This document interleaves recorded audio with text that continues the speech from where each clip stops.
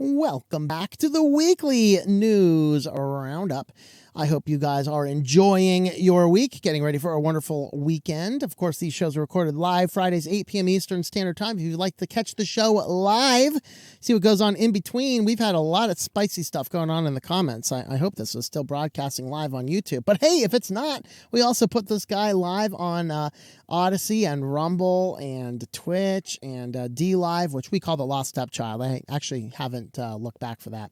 But anyway, today we have actually terrifying dystopian privacy news, a little bit of security, one data leak that was significant because it's kind of in my area here in central Pennsylvania, and then we have some business and some SillyVille, and we will indeed answer the question at the end of the show. Stick around. We will answer the question, why did the chicken cross the road? We will have the definitive answer for that at the end of the show. I got it. I'm connected. But let's go ahead and dive right on into our privacy news.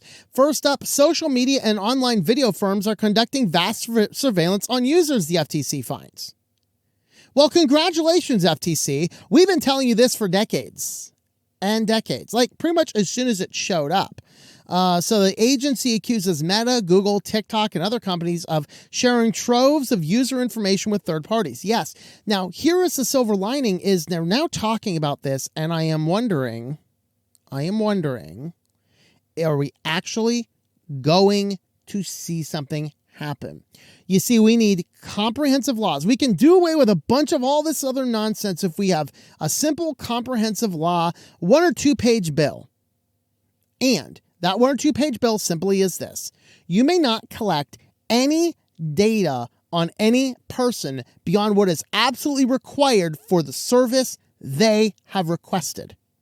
Anybody caught with anybody else's data is sued by the government into total bankruptcy, and company executives making the decisions will be held jointly and severally liable. Do that. Very simple. Solves all these problems. Because what they did is they dug in and then they started asking agencies a bunch of questions, and they looked at where things were going. They looked at Facebook, WhatsApp, YouTube, Discord, Reddit, Amazon, Snap, TikTok, Twitter/X between January 2019 and 31 December 2022. So effectively for 2 years, they did an investigation looking at all of these things. The basic fundamental question they were asking is, hey, what all companies are you sharing this data with? And they're like, oh, we don't know. There's too many to list. And that's kind of what the problem is they're collecting up a bunch of data and they're just shipping it off. Now, here is where we can be on the social media companies' side, is that these companies are providing a free service and they have to have a way of paying for this. And so selling ads is certainly a way. And of course, if you watch like The Social Network, there's this question about, the party, should the party end late, or should the party, we won't throw a party if it's not here, and I want to make it cool, throwing ads on the sites, like having a party and saying everyone has to go home at 10, So you get all this. The problem is, and the fundamental problem is, these companies are under this impression that you have to infinitely target your ads. And that's simply not the case. They can do just as well. In fact, the entirety of the ad market became a dominating market, not by using targeted ads. They did it by using contextual ads. And if we go back to contextual ads, there's no problem. A contextual ad works like this. And you can even use your latest and greatest computer technology and AI analyzers. You simply deploy the thing on the page on the site, you look for the keywords on the site, and you list the ads relevant to the keywords. Under this fundamental idea, rather than stalking a person and showing them the same ad no matter everywhere they're at on the internet, now some people are sheeple and that works. People like me, well, I haven't seen an ad in a long time because I run ad blockers, and I think everybody needs to run ad blockers. As we get into our security section, you'll see that the malvertising is approaching levels of insanity that baffles the mind.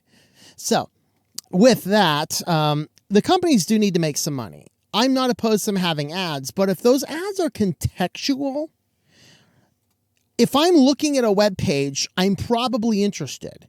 So if you show me an ad related to something on the web page, I'm probably going to be more interested than if you stalk me like a crazy ex-spouse across the internet every single day. Give me a call, give me a call, give me a call, give me a call, give me a call. I miss you, baby. I miss you, baby. I miss you, baby. Give me a call, give me a call. If you're doing that kind of crap, I want nothing to do with you.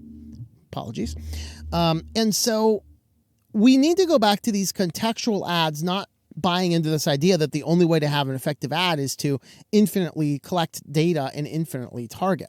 Now, they did all this and released this report. There's nothing that they're doing about it. They're just talking about the data. They're collecting all this data and they're using it for data analytics, using it for AI, but they don't have any real solutions. It's a very simple, basic solution.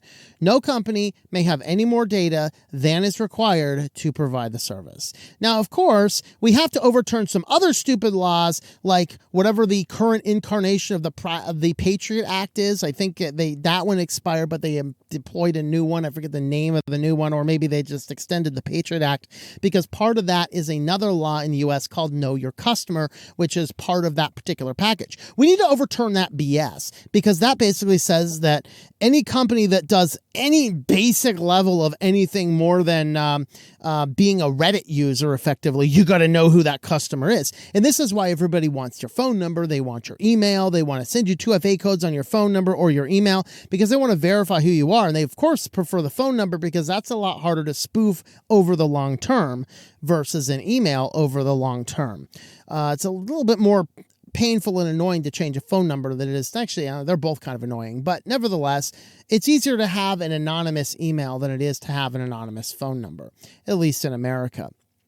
And many other countries as well. I think America is one of the few places where you can still get an anonymous phone number by going to the local Walmart and paying cash, wearing a big old sombrero hat or something to hide your face from all the overhead AI cameras. You can buy yourself a little SIM card for a phone, plop it into a phone, and you're good. Most countries, you can't even do that. But we have this stupid law about know your customer. We got to overcome that crap as well, appeal that nonsense for the fact that it just allows companies to collect too much data. But then once we do that, just tell a company, you may not have any more data than is required to provide the basic service you're requiring. And you can still make money on ads, just contextual ads. And that way, I don't feel like I'm being stalked by some psychopath on every single website I attend. All right, if you can believe it, this is the least creepy article for privacy this week, because now we're getting into the patent by Ford. Of course, we talked about a patent by Ford recently, a couple weeks ago, where they wanted to spy on your basically collect your speed and driving data. And if you're an unsafe driver, it will just beam the stuff up to the police so they can come and find you, whatever else. Well, this one actually, I don't know which one's worse. You tell me. So it wants to utilize all of the microphones embedded in their new vehicles and things like that. And it's going to use this, listen to the conversations, pull out keywords, and then start displaying you ads on the infotainment center based on the things you're talking about. No. Nothing will make me take a crowbar faster to my infotainment center than when you start doing that nonsense. All right.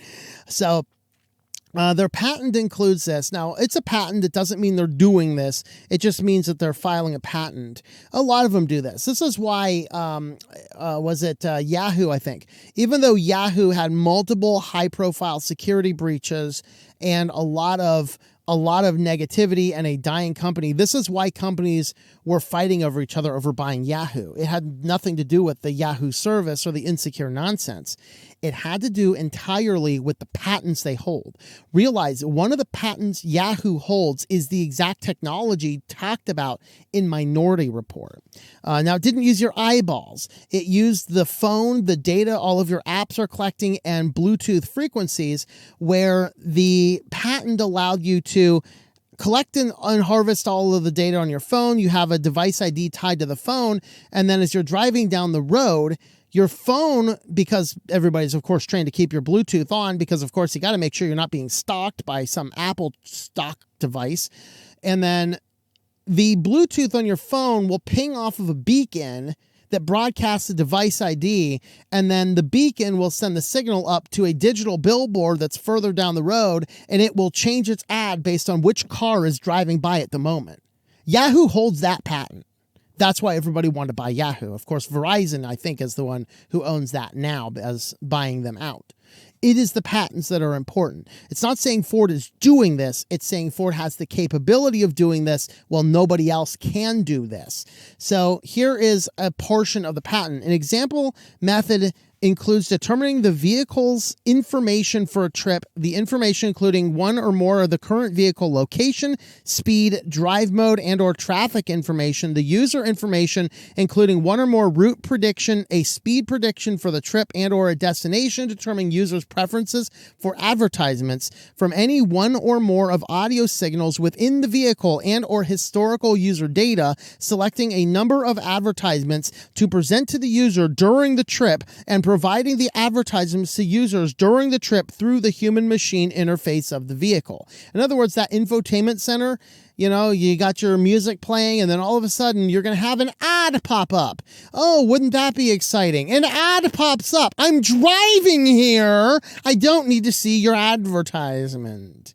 It does mention in the patent the controller may monitor user dialogue to detect when individuals are in conversation. So that is what Ford is trying to do now. And so this information is coming out, and we're looking at this going, I don't know. A horse and a buggy might be in my future. I might be down shopping for a new mode of transportation down in Lancaster. Good feelings are officially dead now. Larry Ellison, billionaire Oracle founder, Larry Ellison says that omnipresent AI cameras will ensure good behavior. So I need to inform Larry Ellison that 1984 was a dystopian warning, not a playbook. Okay, we're going to have supervision, says the billionaire. So the Oracle founder shared his vision for an AI-powered surveillance future during a company financial meeting, reports the Business Insider. During an investor Q&A, Ellison described a world where artificial intelligence systems would constantly monitor citizens through an extensive network of cameras and drones, stating this would ensure both police and citizens don't break the law. So, of course, if you have not read 1984, if you've forgotten this detail, they had the telescreens in all these places in public, and everybody's house has a telescreen, and some houses might have one or two spots that you can get into that the telescreen just can't see you. I mean, come on, the fundamental freedom to pick your nose without someone knowing about it should absolutely be a fundamental human right. I mean, really. So you think about that kind of stuff, right? And so we need to have this world where we have an element of privacy. I'm not saying we need to go and pick our noses. I'm saying we need to have a place where we can let our hair down and not worry about some camera monitoring us. It's like you accidentally drop a 4-letter word and the little machine's like violation, violation, violation, like so long the 3 seashells, right? And so in his world, these cameras are everywhere. Now, in 1984, you had a telescreens in public. You had them in your private places. Now, in that time, the one thing Orwell could not envision is that all of the information could be constantly recorded and or scanned in real time. That's the difference between what Larry Ellison wants. In 1984, everybody was scared into doing right, or what the collective right was, the right think was, not by the camera actually catching them every time they do something wrong in front of it, but they say at any point in time, someone might be watching. Someone might be watching you right now, but someone might not be watching you right now. So the default position is someone might be watching us, so you don't want to break a rule in front of the camera. That's the problem. Now, in this world that Larry Ellison envisions, the cameras are constantly being analyzed and scrubbed by AI. All of the footage is being stored, and the camera AI system is going to report to appropriate authorities when somebody has violated some supposed societal rule. Effectively, a worse model than China has going with the social credit score. But I found this to be an interesting section down here. Every police officer is going to be supervised at all times. And if there's a problem, AI will report the problem and report it to the appropriate person. So if the police are the ones enforcing the laws of the nation and the AI sees the problem and reports it to the appropriate person, who is the appropriate person over the police officer, and who's watching that person? I guarantee that person does not have an AI-powered camera on them at all times. Who watches the watchman, right? Remember that statement? Who watches the dystopian AI camera? Is it autonomous or is it controlled by a global cabal? Kind of like the same people right now controlling the United States, because we know it is not the dementia patient in chief. Somebody's making decisions up there. Nobody really knows who it is. None of us voted for it. And what can we do? Who watches the watchman? If the police are being monitored for inappropriate behavior and are being reported to the appropriate person, whom is that appropriate person? And so this psychopath right here needs to take his billions of dollars, go buy an island and disappear. Maybe him and Bill Gates, maybe George Soros, maybe they can take an expedition to go visit the Titanic or something. I don't know. Or I know that what was it? Was it Oceana, the Titan sub? That company's like, okay, going to the bottom of the ocean might be dangerous. Let's take a manned mission to Venus next. You go, boys. Take some of these guys with you, please. Larry Ellis can be among the first people to walk on the surface of Venus. I'm okay with that. All right. So if Orwell's famous Big Brother is watching you would take on a new meaning in Ellis's tech-driven scenario, where AI systems, rather than human watchers, would serve as the ever-visual eye of authority. Once considered a sci-fi trope, automated systems are already becoming a reality, similar to the automated CCTV surveillance systems already been trialed in London Underground in the 2004 Olympics. Also, I cut this article out, but there is also a city in Australia that are taking all the CCTV camera feeds and just pumping them directly into the local police station. So anywhere in public that has the public CCTV systems, the police may be monitoring you at all times in that little city, just like 1984. So this is getting to be an interesting world. So let me know what you think about that. And with that, we are going to jump on over to talk about our security news next. And first up, Walmart is the latest malvertising scheme, and this is another one that is brilliant. They're getting better at this. It started with just redirecting you to a fake website that looked like the original, and then we talked about one a couple weeks ago where they redirected you to a page that was an official Microsoft site, but it was like a community website page where anybody could create their own page. This one is actually using Walmart's shopping list feature. So it starts with a malvertising. The malvertising, when someone's like, what is Walmart's phone number? The malicious ad for the Walmart's phone number goes over here. Now, if you look at who this is, it is a compromised account, but most people don't ever click that little thing. They'll click the little button there and it'll go to your Walmart lists. Now, this is another neat thing about this one. All of the other ones did not actually, those ones actually violate the terms of Google Ads. This one does not violate the current terms of Google Ads, because the top level TLD is still Walmart.com. So these scammers, they can't be taken down from Google Ads for violating Google Ads terms. They have to be taken down some other way. So what happens is they drop you over into the list. Now, the problem becomes that if you are, a lot of modern browsers too, we don't want that scary long URL. We're just going to give you the top level domain. So on a regular website, like a system where you have it turned on to actually see the full URL, you'll see it's going to a Walmart list. But most of these modern browsers and almost all of the phones, it just says you're on Walmart.com. You can even check that little padlock, and this is officially Walmart.com's website. But it's Walmart.com's website for a shared list. So you can create these shared lists and send them out to your family. Be like, hey, our birthday's coming up. Here's a list of the things we need. Kind of like the Amazon registries and things like that. Well, goes to a list. The ad goes to a list. The list is a official Walmart.com site. They're setting up their site with a fake customer service line. They have items added to the lists. And then what happens is you'll call that number. And they're planning on you calling that number. And we have a lot of voice samples here. So as you call that number, you're going to get a fake Walmart representative. So the fake Walmart representative is going to scare you into things. They're going to talk about the banking stuff was using your personal information, transferring large amounts of money for narcotics trafficking to other countries such as Colombia and Mexico. So they're told they have an active arrest warrant against this person who called them. So, you either can have to pay us money, of course, through Bitcoin. Otherwise, we have to take you under custody because there's an active arrest warrant in your name.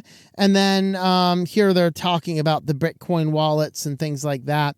And so you call this number, you think it's actually Walmart because it's all Walmart's website. It just has to be a list. You may not be aware of the list feature. This is a fake customer service line where you call it up and they tell you that you have an arrest warrant and you better pay us money now or we're going to call the police to arrest you. And since you just verified a bunch of your information, they very well could use that information to SWAT you in real time. So if you don't engage with them, they very well might send police to you.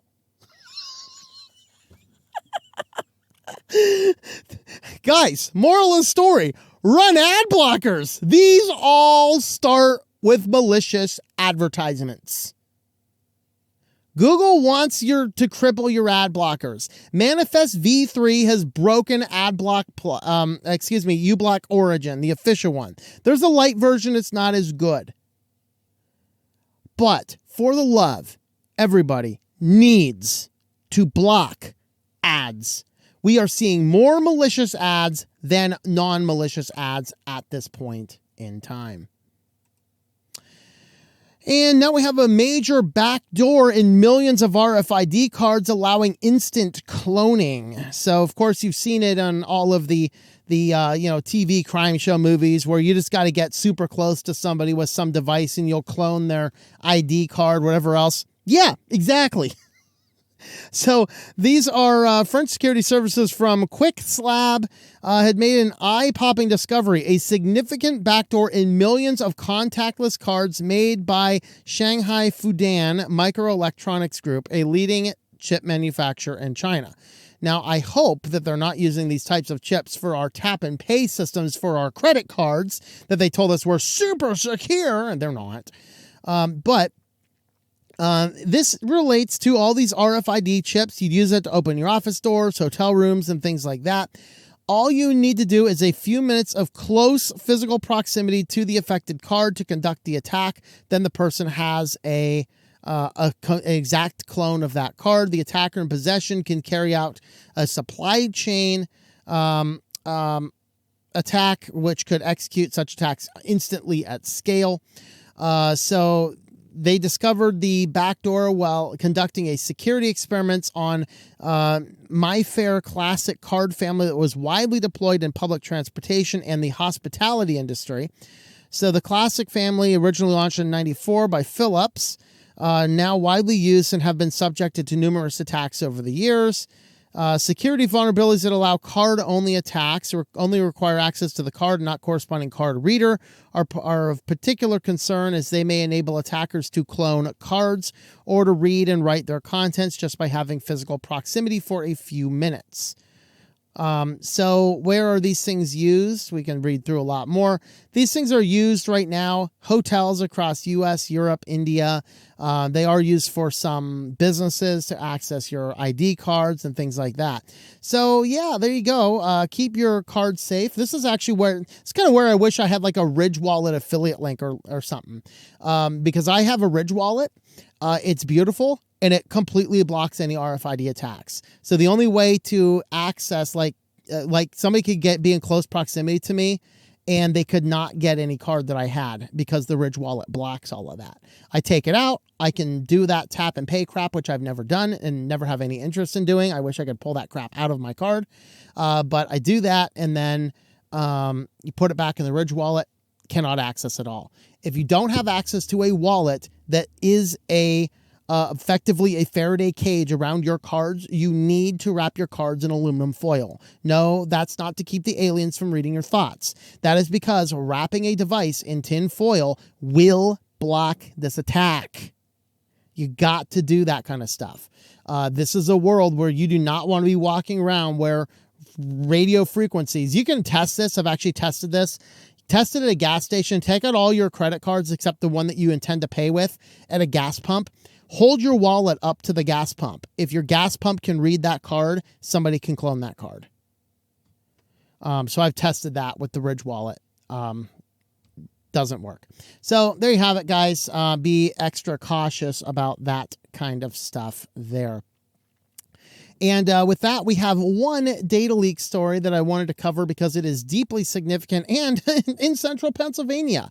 Lehigh Valley Health Network, which is a big hospital network in this area here. Lehigh Valley is like one valley over. We're in Happy Valley. They're like the next valley over. I think it's Juniata. I think that's the general area. This is a huge hospital network in central Pennsylvania. And they had a big data breach. The hospital agreed to $65 million in a class action lawsuit related to a data breach. So because they were collecting way too much data and not securing it properly, they had a data breach that actually resulted in I got to find the list of stuff here. It was names, insurance information. It was here it is, down here. Names, addresses, phone numbers, medical record number, treatment and diagnosis information, including current procedural terminology, CPT codes, and health insurance information. So absolutely everything somebody needs to know your entirety of your medical history.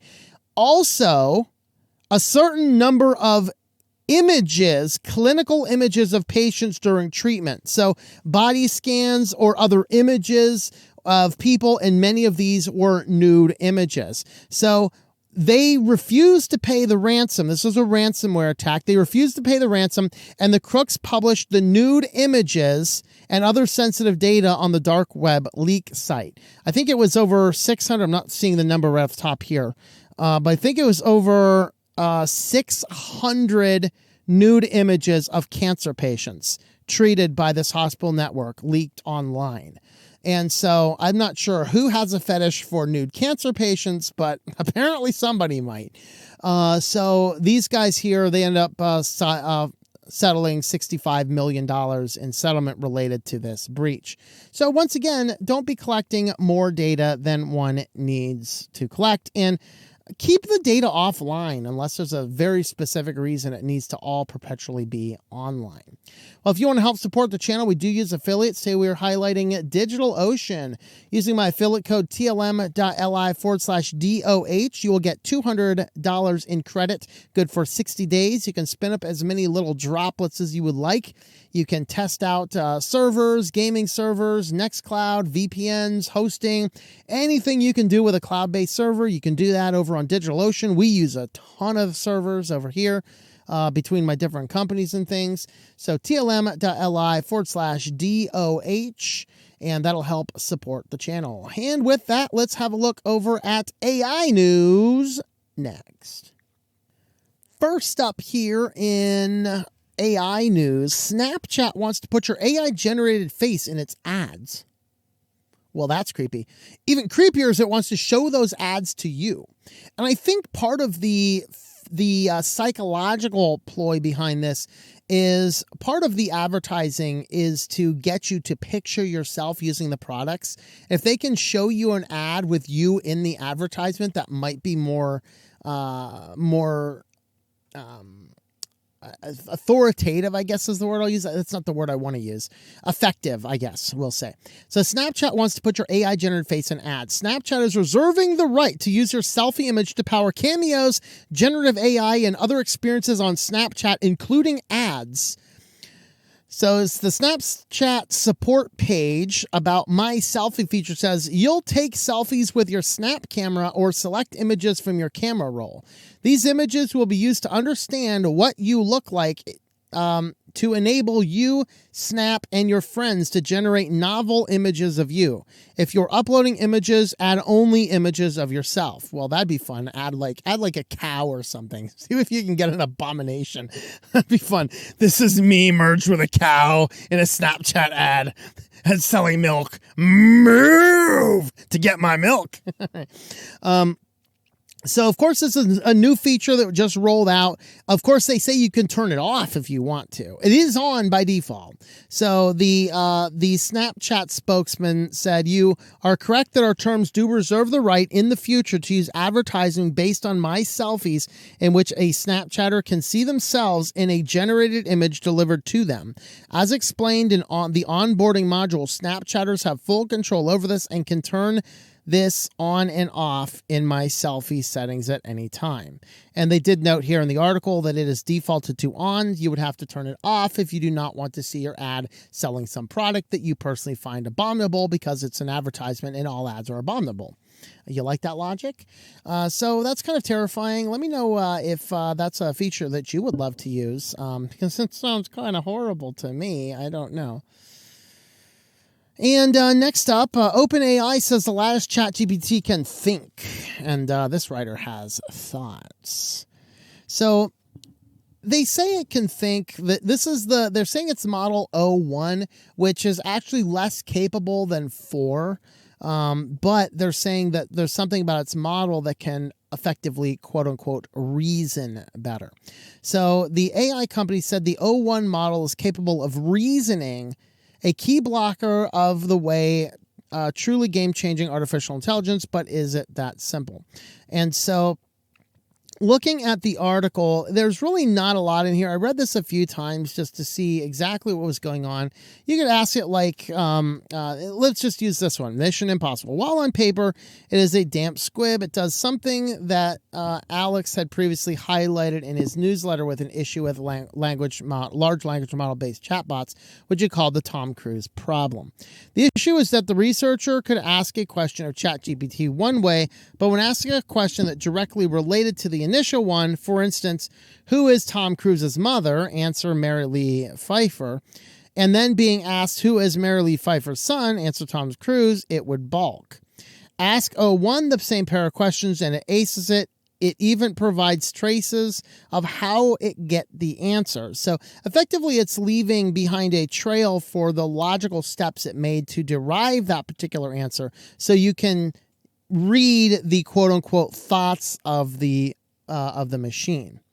Now, the problem is, first and foremost, AI is not capable of real thinking. I don't care how impressive you have. It's the same thing with emotions. I wrote an article on this a while back for the stream where I looked at AI and I looked at the concept of AI talking about the fact that we were trying to effectively create AI that's as human-like as possible. This was, if you read the series by Isaac Asimov, the I, Robot series, which that book was effectively a collection of short stories.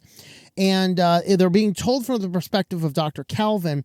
Dr. Kelvin was a psychologist whose job was to make the robots seem more human, effectively give them the sense of emotion. The problem is the more emotion or perceived emotion you give to a robot, the more the robot becomes a psychopath. Because psychopathy in psychology is a person that they can identify what their emotion should be, but they don't actually feel it. So they know how to react for the maximum amount of emotional manipulation, but they do not actually have the emotions to understand how a person actually feels. So it can trick you. Well, they're doing the same thing here with thoughts. They're trying to sit here and they're trying to market to say this thing can even think. You can even see the processes of it.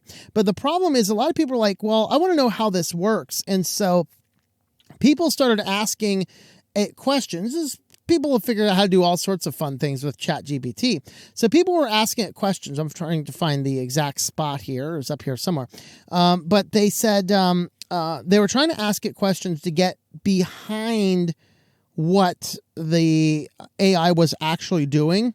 But every time people were trying to do those types of things, OpenAI had threatened to ban the accounts. So this AI is doing something that on the surface can look like it's actually thinking and actually coming up with actual thoughts and leaving behind a thought trail. But as people are trying to identify what is the root of this, how does this actually work, OpenAI is threatening to ban people's accounts to say, no, you're not allowed to do that, because they do not want anybody to know what's actually going on. I think this is it down here. Try and understand the chain of thought process underpins O1. If you want a good primer, Simon Wilson is ever dependable. Users wanting to look under the hood have been trying to get a little more detail about exactly what O1's thought process is. The information users are currently shown is a brief summary of each step of that thought. Because of that, they've been asking the model itself about how it comes up with the answers, though they have also received emails from OpenAI asking them to stop, otherwise their accounts will be suspended. So something is going on here that OpenAI does not want people to know about. And that is, in and of itself, deeply concerning. With that, let's have a look over at business news. First up, of course, more Fitbit woes. Of course, Fitbit is purchased by Google a couple years ago. They are now phasing out the Fitbit brand, forcing everybody to put all of that personal and private health data directly onto Google's servers. And then, of course, we know that Google, or Google's parent company, Alphabet, is creating a health insurance company. So you are effectively giving a whole bunch of health and exercise and personal data to a company that is a big conglomerate that works with a lot of health insurance companies. Don't blame me when your rates go high. I've been warning you not to wear this crap for 5-10 years. All right. So these guys here, there's been some controversy. Google has been neglecting Fitbit and even taking away some of the features most Fitbit users have wanted. And they have accused Google of trying to kill the Fitbit brand in order to bolster the Google Pixel Watch brand instead, which is very feature rich and something Google is actively developing. Whereas Fitbit, they are releasing new models. They are denying that they're going to take it out to the gravel pit and cricket the thing. But at the same time, it does appear that they are deeply neglecting it. They are stripping active features. You can no longer access your Fitbit data on the web portal. You have to use the phone app, but now people are complaining that many Fitbit models are not properly syncing to the app, and it doesn't appear that Google really cares. And so a lot of people who have had Fitbits for a long time got used to the ecosystem. They're losing a lot of the usefulness of their devices. And Google apparently doesn't really seem to care. And that raises some serious issues, especially as, like Louis Rossmann would talk about this kind of stuff a lot. If I buy a product, I expect the product to continue working exactly the way I bought the product. In other words, changing the terms and conditions of a physical product should be completely illegal in this country. But, being is that the businesses are making money off of it, and they're the ones that are actually paying the salaries of the people making these decisions, I really would not count on that actually happening. So there is more Fitbit woes, in this case, failing to properly sync devices. A new lawsuit claims that Amazon is tricking people into buying Fire TVs with false sales prices. This is actually an approach that has been used in department stores to sell clothing for years and decades. So I'm not sure if this suit's actually going to go anywhere. The allegation here is that these products, if you go into Amazon and look at a variety of different products, you'll see a lot of products are discounted. I'll look over there and see that they're discounting my books on the cost. And I do notice that sometimes in my royalty reports, sometimes I'm making less of a royalty than the other one. Well, in all honesty, I don't really care if Amazon discounts my books a little bit. And, if I make a little bit less money on this particular sale as opposed to that particular sale, I'm okay with that, because I'd rather have a little bit less money and actually sell another book than have no money at all and have the slightly higher royalty. I don't really care. And they all come back, and I get paid appropriately, and so that's good. Life is good in that respect.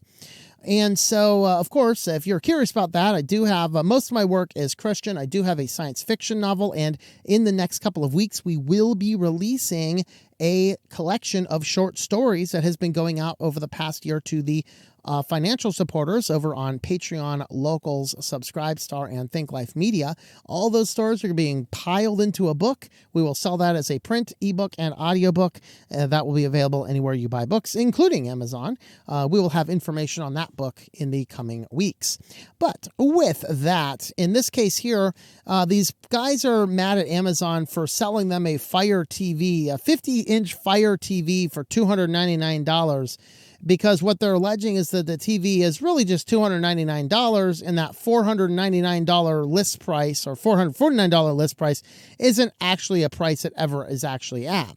And there's actually a website that tracks the price of individual products on Amazon. This is what's this? Camel.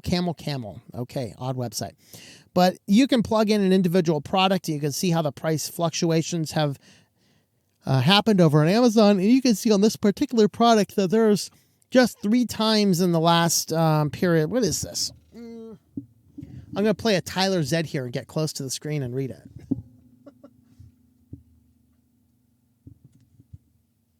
Okay, that looks like about 1 year, if I'm seeing my scale correctly. So over the course of 1 year, you can see that it was actually at $499.99 only for about 1 month, September to October in 2023, and then just for 2 very, very, very brief periods of time there around, I can't even read those. There's 2 months there. And so you can see that it's been up there just a couple times, but the rest of the time it's been on sale from everywhere down as low as $289 up to $299. And people are mad about this because they're saying that they thought they were getting a great deal, but they're actually not. Honestly, this is something that retail industry has been doing for years. You'll go to a clothing store, on sale now, $9.99. You pull up the tag, and you pull up the little tag, and underneath is the list price for $9.99, and so it's not really for sale. They're just saying it's a sale because the marketing, of course, it's this game of psychology, and they're like, if you think this is a good deal, you're going to get a good deal. And this actually works on a lot of people. Now, it doesn't work on a guy like me who's a minimalist, and I just want to buy what I want to buy. I'm not going into the store, but like I made the mistake of walking into the store with somebody not too long ago, and it was a 2-hour ordeal. We walked around Walmart twice, looking for every item that was possibly on sale. And it's just like, you don't need this crap. You don't need this crap. And so this is something retail's been doing for a long time. I think this lawsuit is dead in the water. It might be one of those ones that it's done to read, not necessarily done to actually win. But it does raise the question, is something a good deal? The question to me isn't, is this 50-inch 4K Ultra HD TV with Amazon Fire, is it a great sale of $299, or is it a good price at $299? I think if I were looking for a 50-inch TV with smart features, well, first I would check myself into a mental institution. But after I check out of there, I'd say, well, you know what? That might still be a good price. I don't really care if that's a perma sale or not. Doesn't really bother me. I would just ask, is that a good price? If it's a good price, I'll buy it. I don't care what the discount really is. I care what the price is at the point I bought it. Now I realize I'm weird. I don't know. You let me know how you think and react about that in the comments down below. And of course, here we get into, this says AI is killing the planet. Technically, it should be big tech is killing the planet.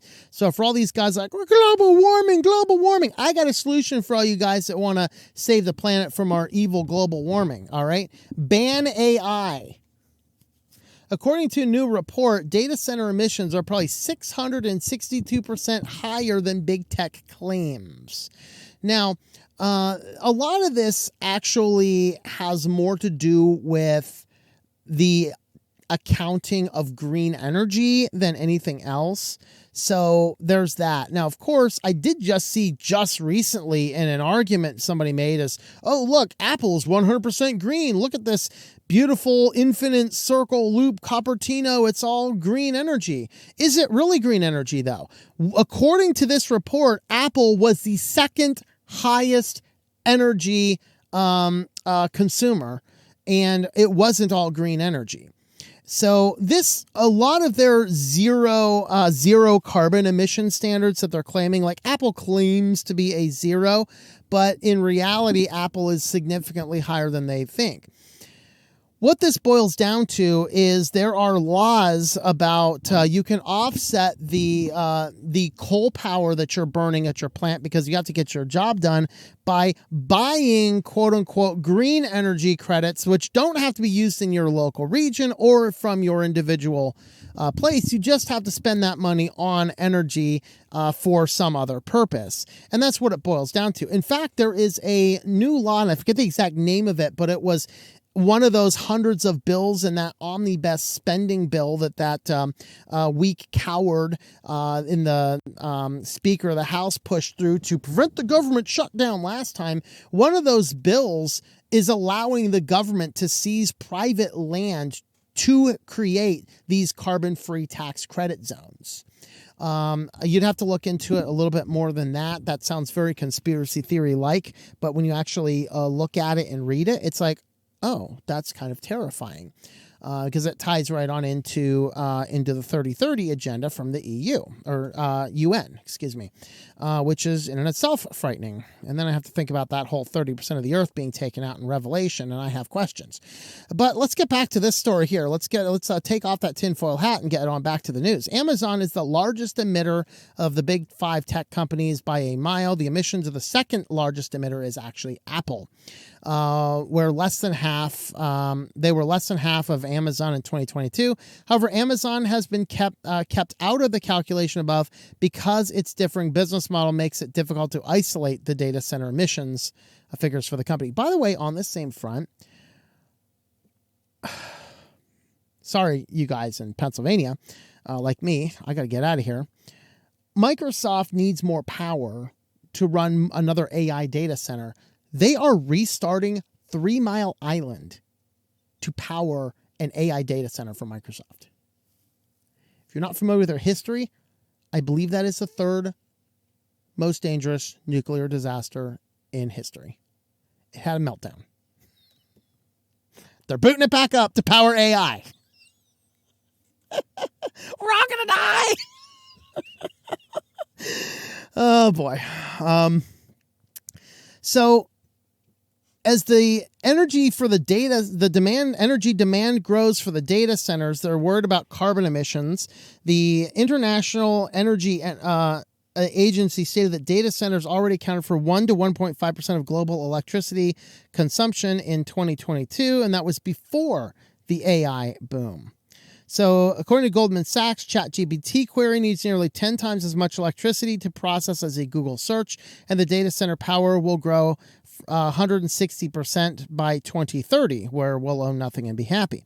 Goldman competitor Morgan Stanley's research has made a similar finding, projecting the data center emissions globally accumulate 2.5 billion metric tons of CO2 equivalent by 2030, where, again, we will own nothing and be happy. In the meantime, all 5 tech companies have claimed carbon neutrality, although Google did drop the label last year because of an increase of energy use because of AI. Amazon is the most recent company to drop it, claiming in July it met its goal 7 years earlier, but had implemented a gross emissions cut of 3%. It's down to creative accounting. Now, this is where it gets into it. This is where they do some fuzzy math based on what they're called renewable energy certificates. So if I'm burning, I'm burning a ton of coal over here to power the data center that's here because there's no green renewable energy, I can offset that coal by purchasing an equivalent amount of renewable energy certificates that I can use to offset electricity somewhere else in the world.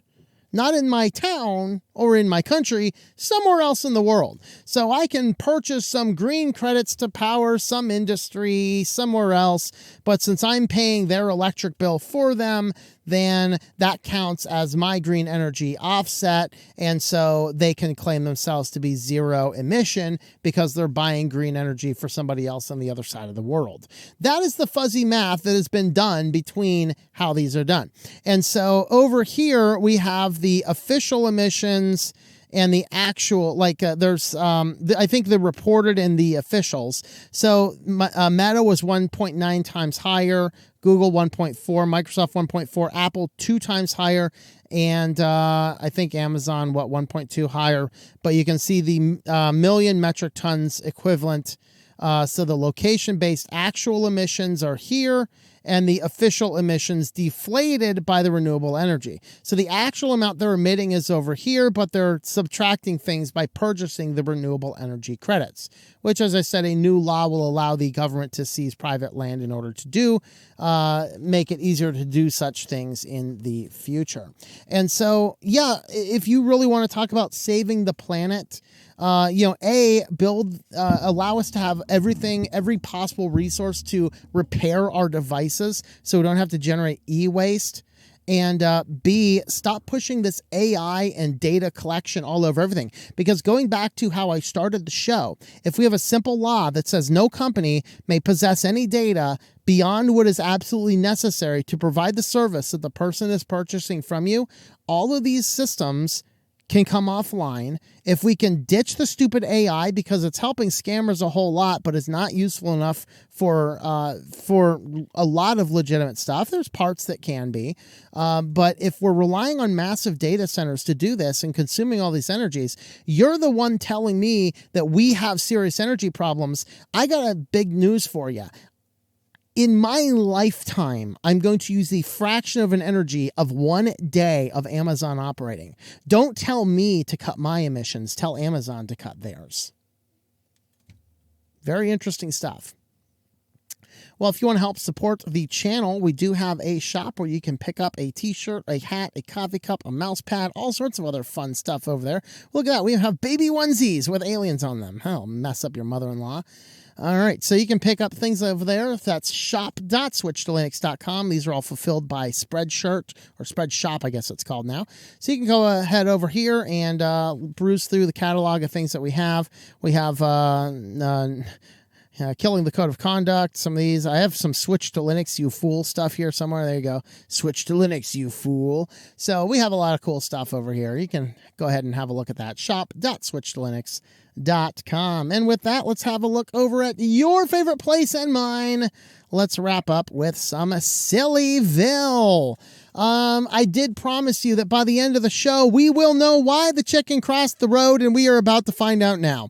The chicken crossed the road to raise about $15,000 to $20,000 a month in traffic citations in San Francisco. Yes, this is the place that is dealing with massive crises of every way, shape, and form.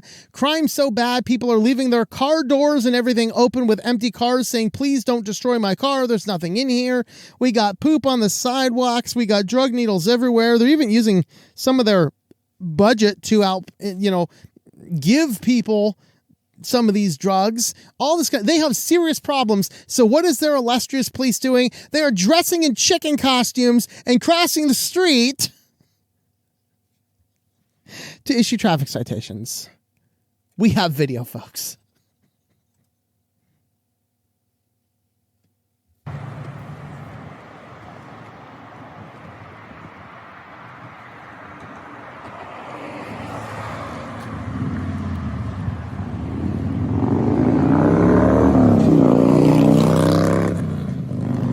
Okay, so what we just saw was a man dressed in a chicken costume sitting at the edge of the crosswalk. And of course, if you do not yield to a pedestrian in a crosswalk, then you're going to get a fine of $400.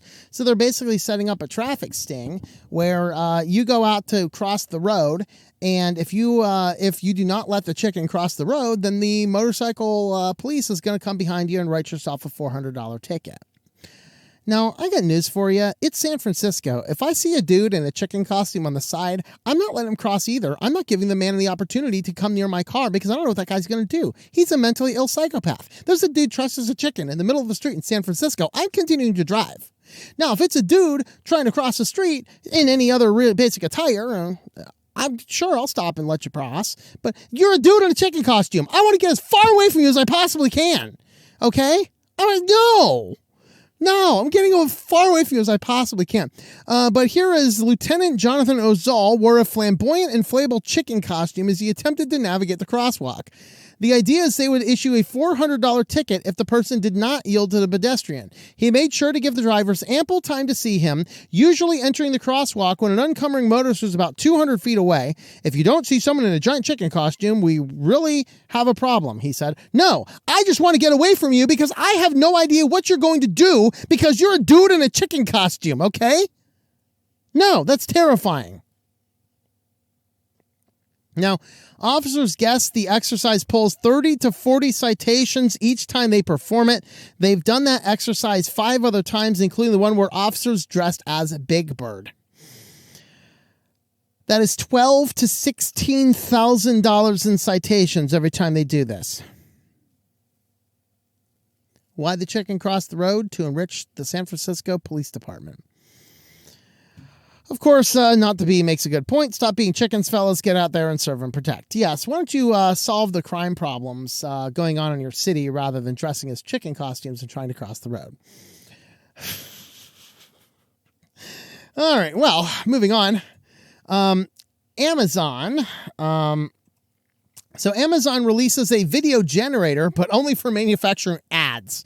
So Google has one of these, I guess, that other people can use as well. But Amazon has launched an AI-powered video generator. It's only for advertisers at the moment, so advertisers on the platform can utilize this to create the best AI-powered advertisements that they possibly can and hoist them all upon you.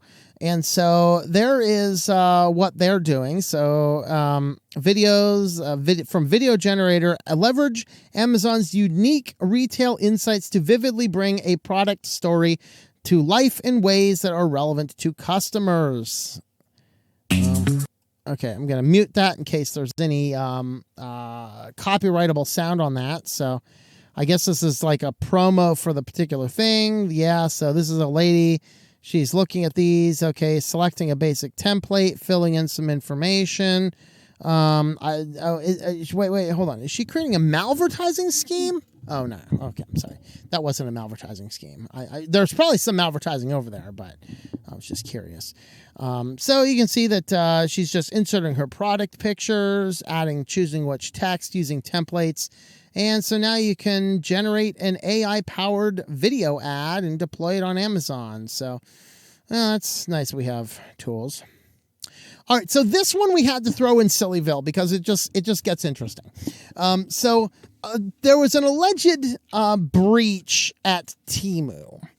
Somebody says that they stole 87 million data records. Temu denies it. So I look at this, go, of course Temu denies it. It's Temu, you know. But it turns out it looks like Temu is correct. It does not appear that this guy actually did breach Temu.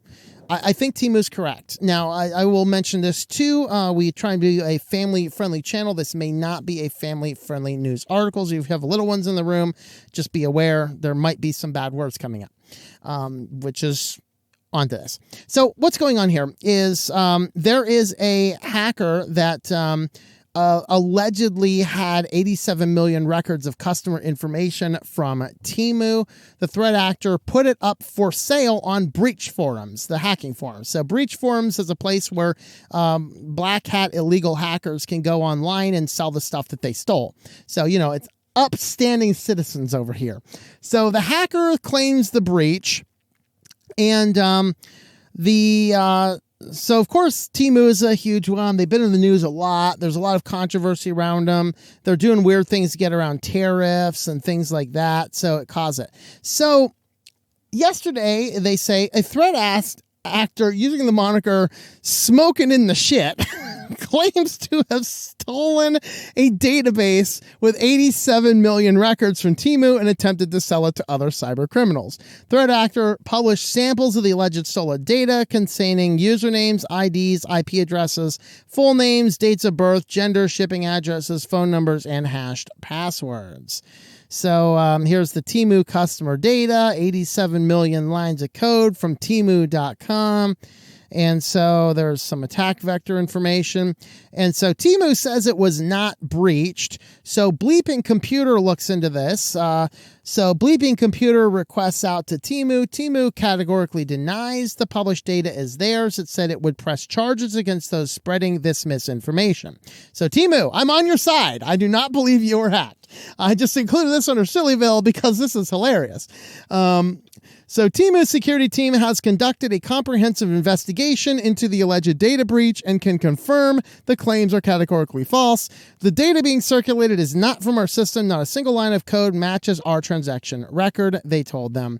So, and I'm thinking, of course, Temu is going to say that. You know, there's some representative is talking.